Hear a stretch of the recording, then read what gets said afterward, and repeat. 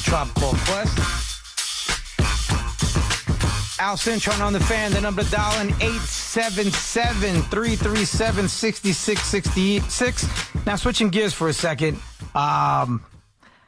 There was no way in hell I was going to not talk about this Mets story that broke this week. Tommy Pham's interview, where he said that this was the laziest group of position players he's ever been around. The laziest group of position players he's ever been around.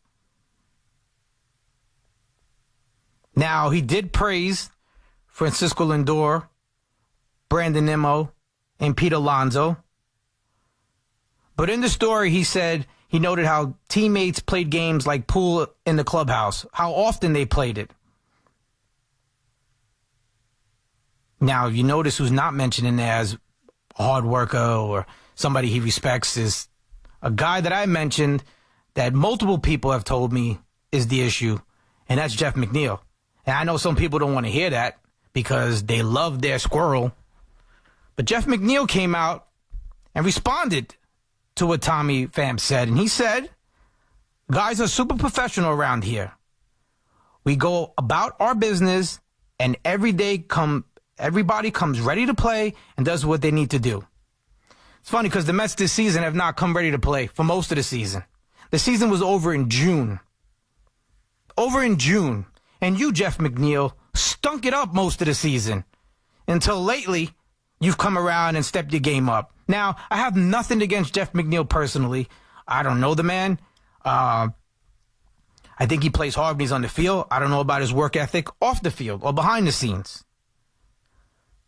And do I believe Tommy Pham what he's saying, what he said? Part of me, yeah, I do. And I know Lindor's getting flack for what he told me, Pham. Thank you. Let me find a quote. He said, let me find it. Hey, man, thank you for teaching me how to work hard again. And I know Lindor caught flack for it. But maybe Lindor, I'm going to defend Lindor here. Maybe he thought that what he was doing was working hard, and then he see the way how hard Pham worked, and he thought, maybe I need to step up my game. And if you look at Lindor's numbers, he's held it down most of the season. He's going to be 30-30-30. He's most likely going to win a Gold Glove. The guy's a great player, and he catches grief because of his contract. Obviously, he catches grief because of his contract. Brandon Nimmo, he got paid. And I've never been the biggest Nimmo supporter, but he's proven me wrong, and I'm happy he has. But there's been a disconnect with this Met team all season long. But for anybody to constantly take shots at Pete Alonso and Francisco Lindor, you're barking up the wrong tree. They've never been the problem on this team. Maybe Alonso's guilty by association because Jeff is his boy. They're best friends. Everybody knows that's the worst kept secret. And maybe that's why Pete gets thrown in with McNeil. But Pete Alonso's never been the problem. I've had multiple people tell me this. Multiple people I trust. I've had multiple people I trust tell me Lindor's not the problem. And again, I had multiple people tell me that McNeil is the issue. We're going to find out this offseason. If Jeff McNeil's on his team come next year, then what I heard is wrong. Or they just couldn't find anybody an equal trade for him.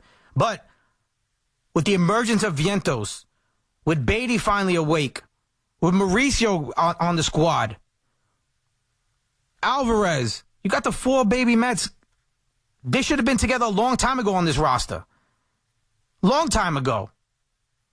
When the season was, when they were drowning in June, they should have been here. All of them together. Alvarez was, Beatty was. Vientos never got a fair shake, and I'm happy for him because he never got full legit playing time. He'd play one game, and then he sits for 4. He'd play another game, sit for another 3. That's on the analytical department or Buck? Who's it on? It's on the whole organization, in my opinion, period. And now that he's getting at bats, he's mashing, he's raking, he's crushing the ball, and good for him. He never pouted, he never griped, he didn't cry, he didn't complain. And now he's getting legit playing time. And I'm happy for him. And again, for anybody to bash Francisco Lindor or Pete Alonso, 2 guys that play every day. They're in the lineup every day. You have to beg them to sit. They don't want to sit. They want to play. And I know Pete in June was hurt, and yeah, maybe he came back too soon, but can you knock him for that? He wants to help the team win. He wants to be out there. He loves being a Met. Loves being a Met. But every week or every other day, there's a story how Pete is the problem or Lindor is the problem. And it's been all season long. It's clickbait BS. BS.